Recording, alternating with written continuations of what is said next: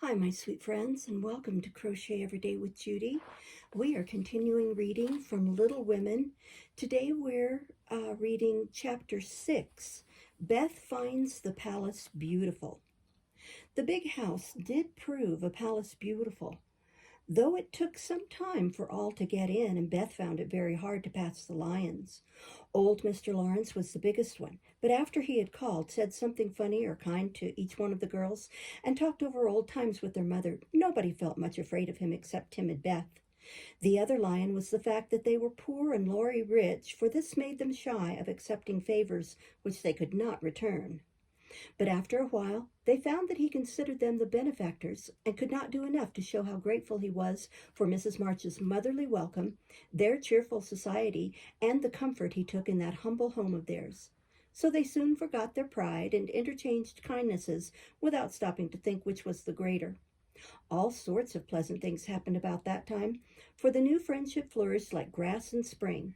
Everyone liked Laurie, and he privately informed his tutor that the Marches were regularly splendid girls. With the delightful enthusiasm of youth, they took the solitary boy into their midst and made much of him, and he found something very charming in the innocent companionship of these simple-hearted girls. He was tired of books and found people so interesting now that Mr. Brooke was obliged to make very unsatisfactory reports, for Laurie was always playing truant and running over to the Marches. "Never mind, let him take a holiday and make it up afterwards," said the old gentleman. "The good lady next door says he is studying too hard and needs young society, amusement, and exercise. I suspect she is right, and that I've been coddling the fellow as if I'd been his grandmother. Let him do what he likes as long as he is happy. He can't get into much mischief in that little nunnery over there." What good times they had, to be sure! Such plays and tableaux, such sleigh rides and skating frolics, such pleasant evenings in the old parlor, and now and then such gay little parties at the great house. Meg could walk in the conservatory whenever she liked and revel in bouquets. Jo browsed over the new library voraciously and convulsed the old gentleman with her criticisms. Amy copied pictures and enjoyed beauty to her heart's content, and Laurie played Lord of the Manor in the most delightful style. But Beth, though yearning for the grand piano, could not pluck up enough courage to go to the mansion of bliss, as Meg called it. She went once with Jo, but the old gentleman, not being aware of her infirmity, stared at her so hard from under his heavy eyebrows and said "Hey" so loud that he frightened her so much her feet chattered on the floor. She told her mother, and she ran away, declaring she would never go there any more, not even for the dear piano. No persuasions or enticements could overcome her fear, till the fact coming to Mr. Lawrence's ear in some mysterious way, he set about mending matters. During one of the brief calls he made, he artfully led the conversation to music and talked away about great singers whom he had seen, fine organs he had heard, and told such charming anecdotes that Beth found it impossible to stay in her distant corner, but crept nearer and nearer as if fascinated. At the back of his chair, she stopped and stood listening, with her great eyes wide open. Taking no more notice of her than if she had been a fly, Mr. Lawrence talked on about Laurie's lessons and teachers, and presently, as if the idea had just occurred to him, he said to Mrs. March, "The boy neglects his music now, and I'm glad of it, for he was getting too fond of it. But the piano suffers for want of use. Wouldn't some of your girls like to run over and practice on it now and then, just to keep it in tune, you know, ma'am?" Beth took a step forward and pressed her hands tightly together to keep from clapping them, for this was an irresistible temptation. Before Mrs. March could reply, Mr. Lawrence went on with an odd little nod and smile. "They needn't see or speak to anyone, but run in at any time, for I'm shut up in my study at the other end of the house. Laurie is out a great deal, and the servants are never near the drawing-room after 9 o'clock. Here he rose as if going, and Beth made up her mind to speak, for that last arrangement left nothing to be desired. "Please tell the young ladies what I say, and if they don't care to come, why, never mind." Here a little hand slipped into his, and Beth looked up at him with a face full of gratitude as she said, "Oh, sir, they do care very, very much." "Are you the musical girl?" he asked without any startling "hey" as he looked down at her kindly. "I'm Beth. I love it dearly, and I'll come if you are quite sure nobody will hear me and be disturbed." "Not a soul, my dear. The house is empty half the day, so come and drum away as much as you like." "How kind you are, sir." Beth blushed like a rose under the friendly look he wore, but she was not frightened now, and gave the big hand a grateful squeeze, because she had no words to thank him for the precious gift he had given her. The old gentleman softly stroked the hair off her forehead, and stooping down, he kissed her, saying in a tone few people ever heard, "I had a little girl once with eyes like these. God bless you, my dear. Good day, madam," and away he went in a great hurry. Beth had a rapture with her mother and then rushed up to impart the glorious news to her family of invalids, as the girls were not at home. How blithely she sang that evening, and how they all laughed at her because she woke Amy in the night by playing the piano on her face in her sleep. Next day, having seen both the old and young gentlemen out of the house, Beth, after 2 or 3 retreats, fairly got in at the side door and made her way as noiselessly as any mouse to the drawing room where her idol stood. Quite by accident, of course, some pretty, easy music lay on the piano, and with trembling fingers and frequent stops to listen and look about, Beth at last touched the great instrument, and straightway forgot her fear, herself, and everything else but the unspeakable delight which the music gave her. She stayed till Hannah came to take her home to dinner, but she had no appetite, and could only sit and smile upon everyone in a general state of beatitude. After that, the little brown hood slipped through the hedge nearly every day, and the great drawing room was haunted by a tuneful spirit that came and went unseen. She never knew that Mr. Lawrence often opened his study door to hear the old-fashioned airs he liked. She never saw Laurie mount guard in the hall to warn the servants away. She never suspected that the exercise books and new songs which she found in the rack were put there for her especial benefit. And when he talked to her about music at home, she only thought how kind he was to tell things that helped her so much. So she enjoyed herself heartily, and found, what isn't always the case, that her granted wish was all she had hoped. "Mother, I'm going to work Mr. Lawrence a pair of slippers. He is so kind to me, I must thank him, and I don't know any other way. Can I do it?" asked Beth a few weeks after that eventful call of his. "Yes, dear, it will please him very much and be a nice way of thanking him. The girls will help you about them, and I will pay for the making up," replied Mrs. March. After many serious discussions with Meg and Joe, the pattern was chosen, the materials bought, and the slippers begun. A cluster of grave yet cheerful pansies on a deeper purple ground was pronounced very appropriate and pretty, and Beth worked away early and late, with occasional lifts over hard parts. She was a nimble little needlewoman, and they were finished before anyone got tired of them. Then she wrote a very short, simple note, and with Laurie's help got them smuggled onto the study table one morning before the old gentleman was up. When this excitement was over, Beth waited to see what would happen. All that day passed, and a part of the next, before any acknowledgment arrived, and she was beginning to fear she had offended her crotchety friend. On the afternoon of the second day, she went out to do an errand and give poor Joanna, the invalid doll, her daily exercise. As she came up the street on her return, she saw 4 heads popping in and out of the parlor windows, and the moment they saw her, several hands were waved, and several joyful voices screamed, "Here's a letter from the old gentleman. Come quick and read it." "Oh, Beth, he sent you," began Amy, but she got no further, for Joe quenched her by slamming down the window. Beth hurried on in a flutter of suspense.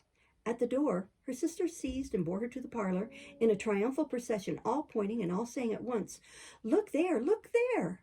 Beth did look, and turned pale with delight and surprise, for there stood a little cabinet piano, with a letter lying on the glossy lid directed to Miss Elizabeth March. "For me?" gasped Beth, holding on to Joe and feeling as if she should tumble down. "Yes, all for you, my precious. Isn't it splendid of him? Here's the key and the letter. We didn't open it, but we are dying to know what he says," cried Joe, hugging her sister and offering the note. "You read it." "Oh, I can't. I feel so queer. It is too lovely." And Beth hid her face in Joe's apron, quite upset by her present.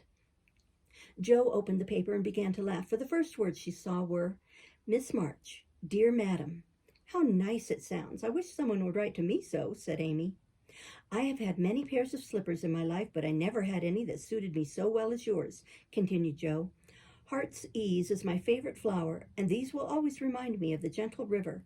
I like to pay my debts, so I know you will allow the old gentleman to send you something which once belonged to the little granddaughter he lost. With hearty thanks and best wishes, I remain your grateful friend and humble servant, James Lawrence." "There, Beth, that's an honor to be proud of, I'm sure.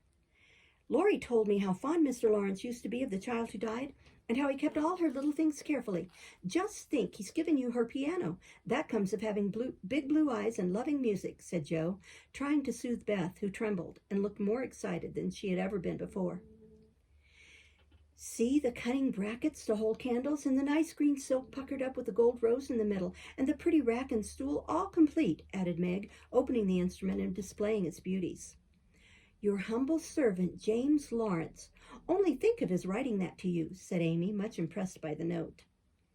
Try it, honey, said Hannah, who always took a share in the family joys and sorrows. So Beth tried it, and everyone pronounced it the most remarkable piano ever heard. It had evidently been newly tuned and put in apple pie order, but perfect as it was, I think the real charm of it lay in the happiest of all happy faces which leaned over it as Beth lovingly touched the beautiful black and white keys and pressed the bright pedals. You'll have to go and thank him, said Jo by way of a joke, for the idea of the child's really going never entered her head. Yes, I mean to. I guess I'll go now before I get frightened thinking about it. And to the utter amazement of the assembled family, Beth walked deliberately down the garden, through the hedge, and in at the Lawrences' door. Well, I wish I may die if it ain't the queerest thing I ever see. The Piany has turned her head. She'd never have gone in her right mind, cried Hannah, staring after her, while the girls were rendered quite speechless by the miracle. They would have been still more amazed if they had seen what Beth did afterward. If you will believe me, she went and knocked at the study door before she gave herself time to think, and when a gruff voice called out, "Come in," she did go in, right up to Mr. Lawrence, who looked quite taken aback and held out her hand, saying with only a small quaver in her voice, "I came to thank you, sir, for—" But she didn't finish, for he looked so friendly that she forgot her speech, and only remembering that he had lost the little girl he loved, she put both arms round his neck and kissed him. If the roof of the house had suddenly flown off, the old gentleman wouldn't have been more astonished. But he liked it. Oh, dear, yes, he liked it amazingly, and was so touched and pleased by that confiding little kiss that all his crustiness vanished, and he just set her on his knee and laid his wrinkled cheek against her rosy one, feeling as if he had got his own little granddaughter back again. Beth ceased to fear him from that moment and sat there talking to him as cozily as if she had known him all her life. When she went home, he walked with her to her own gate, shook hands cordially, and touched his hat as he marched back again, looking very stately and erect, like a handsome, soldierly old gentleman as he was. When the girls saw that performance, Jo began to dance a jig by way of expressing her satisfaction. Amy nearly fell out of the window in her surprise, and Meg exclaimed, "Well, I do believe the world is coming to an end." We'll go ahead and do the next chapter as well, Amy's Valley of Humiliation. "That boy is a perfect cyclops, isn't he?" said Amy one day as Laurie clattered by on horseback. "How dare you say so when he's got both his eyes, and very handsome ones they are too," cried Jo, who resented any slighting remarks about her friend. "I didn't say anything about his eyes, and I don't see why you need fire up when I admire his riding." "Oh, my goodness, the little goose meant a centaur, and she called him a cyclops," exclaimed Jo. "You needn't be so rude. It's only a lapse of linguae, as Mr. Davis says," retorted Amy, finishing Jo with her Latin. "I just wish I had a little of the money Laurie spends on that horse." "Why?" asked Meg kindly, for Jo had gone off in another laugh at Amy's second blunder. "I need it so much. I'm dreadfully in debt, and it won't be my turn to have the rag money for a month." "In debt, Amy? What do you mean?" And Meg looked sober. "Why, I owe at least a dozen pickled limes, and I can't pay them, you know, till I have money, for Marmee forbade my having anything charged at the shop." "Tell me all about it. Are limes the fashion now? It used to be pricking bits of rubber to make balls." And Meg tried to keep her countenance. Amy looked so grave and important. "Why, you see, the girls are always buying them, and unless you want to be thought mean, you must do it too. It's nothing but limes now, for everyone is sucking them in their desks in school time and trading them off for pencils, bead rings, paper dolls, or something else at recess. If one girl likes another, she gives her a lime. If she's mad with her, she eats one before her face and don't offer even a suck. They treat by turns, and I've had ever so many, but haven't returned them, and I ought, for they are debts of honor, you know." "How much will you pay them off and restore your credit?" asked Meg, taking out her purse. "A quarter would more than do it, and leave a few cents over for a treat for you. Don't you like limes?" "Not much. You may have my share. Here's the money. Make it last as long as you can." "Oh, thank you. It must be so nice to have pocket money. I'll have a grand feast, for I haven't tasted a lime this week. I felt delicate about taking any, so I couldn't return them, and I'm actually suffering for one." Next day, Amy was rather late at school, but could not resist the temptation of displaying, with pardonable pride, a moist brown paper parcel before she consigned it to the inmost recesses of her desk. During the next few minutes, the rumor that Amy March had got 24 delicious limes — she ate one on the way — and was going to treat circulated through her set, and the attentions of her friends became quite overwhelming. Katie Brown invited her to her next party on the spot. Mary Kingsley insisted on lending her watch till recess, and Jenny Snow, a satirical young lady who had basely twitted Amy upon her limeless state, promptly buried the hatchet and offered to furnish answers to certain appalling sums. But Amy had not forgotten Miss Snow's cutting remarks about some persons whose noses were not too flat to smell other people's limes, and stuck-up people who were not too proud to ask for them, and she instantly crushed that Snow girl's hopes by the withering telegram, "You needn't be so polite all of a sudden, for you won't get any." A distinguished personage happened to visit the school that morning, and Amy's beautiful maps received praise, which honor to her foe rankled in the soul of Miss Snow and caused Miss March to assume the airs of a studious young peacock. But alas, alas, pride goes before a fall, and the revengeful Snow turned the tables with disastrous success. No sooner had the guest bowed himself out than Jenny, under pretense of asking an important question, informed Mr. Davis, the teacher, that Amy March had pickled limes in her desk. Now, Mr. Davis had declared limes a contraband article and solemnly vowed to publicly ferule the first person who was found breaking the law. This much-enduring man had done all that one man could do to keep 100 rebellious girls in order. It was a most unfortunate moment for denouncing Amy, and Jenny knew it. Mr. Davis had evidently taken his coffee too strong that morning. There was an east wind, which always affected his neuralgia, and his pupils had not done him the credit which he felt he deserved. Therefore, to use the expressive if not elegant language of a schoolgirl, he was as nervous as a witch and as cross as a bear. The word limes was like fire to powder. His yellow face flushed, and he rapped on his desk with such an energy which made Jenny skip to her desk with unusual rapidity. "Young ladies, attention, if you please." At the stern order, the buzz ceased, and 50 pairs of blue, black, gray, and brown eyes were obediently fixed upon his awful countenance. "Miss March, come to the desk." Amy rose to comply with outward composure, but a secret fear oppressed her, for the limes weighed upon her conscience. "Bring with you the limes you have in your desk," was the unexpected command which arrested her before she got out of her seat. "Don't take all," whispered her neighbor, a young lady of great presence of mind. Amy hastily shook out 6 and laid the rest down before Mr. Davis, feeling that any man possessing a human heart would relent when that delicious perfume met his nose. Unfortunately, Mr. Davis particularly detested the odor of the fashionable pickle, and disgust added to his wrath. "Is that all?" "Not quite," stammered Amy. "Bring the rest immediately." With a despairing glance at her set, she obeyed. "You are sure there are no more?" "I never lie, sir." "So I see. Now take these disgusting things 2 by 2 and throw them out of the window." There was a simultaneous sigh which created quite a little gust as the last hope fled, and the treat was ravished from their longing lips. Scarlet with shame and anger, Amy went to and fro, and as each doomed couple, looking oh so plump and juicy, fell from her reluctant hands, a shout from the street completed the anguish of the girls, for it told them that their feast was being exulted over by the little Irish children who were their sworn foes. As Amy returned from her last trip, Mr. Davis said in his most impressive manner, "Young ladies, you remember what I said to you a week ago. I am sorry this has happened, but I never allow my rules to be infringed, and I never break my word. Miss March, hold out your hand."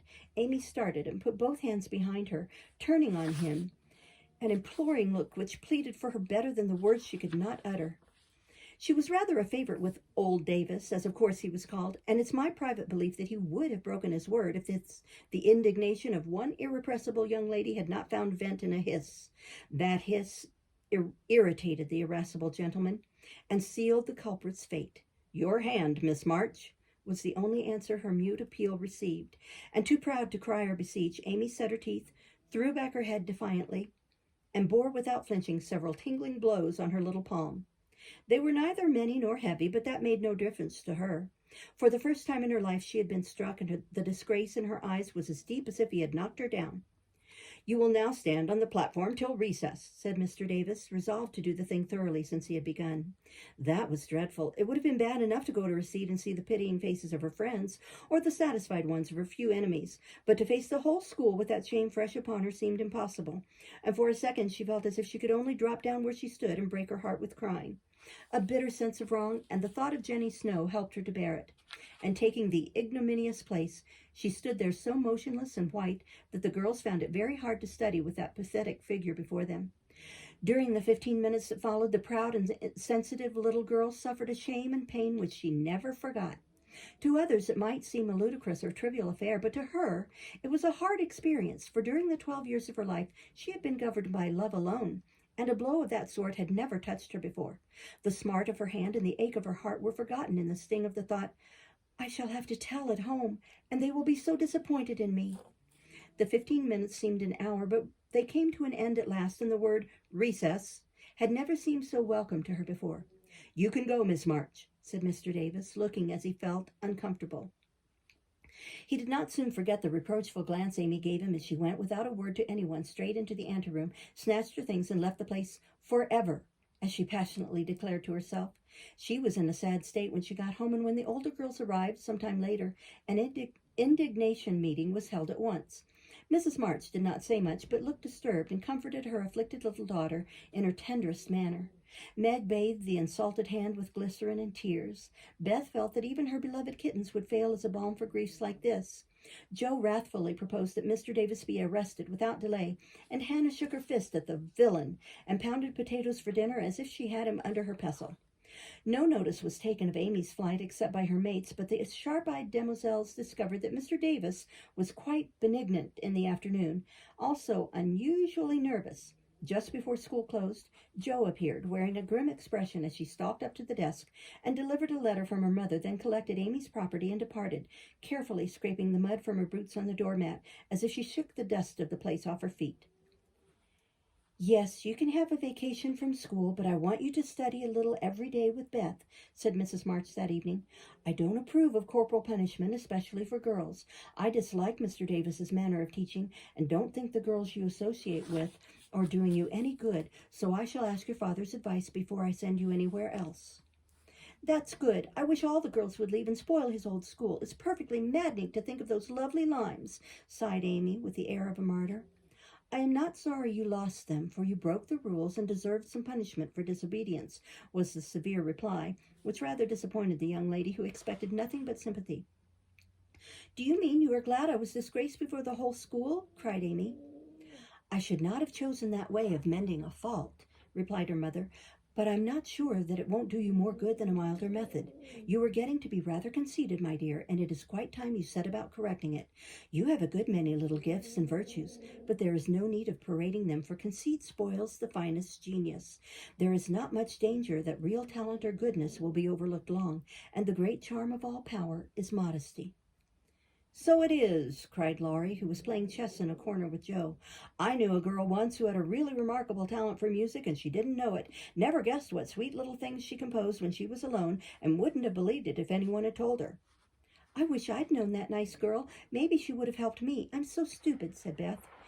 You do know her, and she helps you better than anyone else could, answered Laurie, looking at her with such mischievous meaning in his merry black eyes that Beth suddenly turned very red and hid her face in the sofa cushion, quite overcome by such an unexpected discovery. Beth could not be prevailed upon to play for them after her compliment. So Laurie did his best and sang delightfully, being in a particularly lively humor, for to the Marches he seldom showed the moody side of his character. When he was gone, Amy, who had been pensive all the evening, said suddenly, as if busy over some new idea, Is Laurie an accomplished boy? Yes, he has had an excellent education and has much talent. He will make a fine man, if not spoiled by petting, replied her mother. And he isn't conceited, is he? Asked Amy. Not in the least. That is why he is so charming, and we all like him so much. I see. It's nice to have accomplishments and be elegant, but not to show off or get perked up, said Amy thoughtfully. These things are always seen and felt in a person's manner and conversation, if modestly used, but it is not necessary to display them, said Mrs. March. Any more than it's proper to wear all your bonnets and gowns and ribbons at once, that folks may know you've got 'em, added Jo, and the lecture ended in a laugh. We'll stop there and start next time with the next chapter. Thank you for listening. Bye-bye.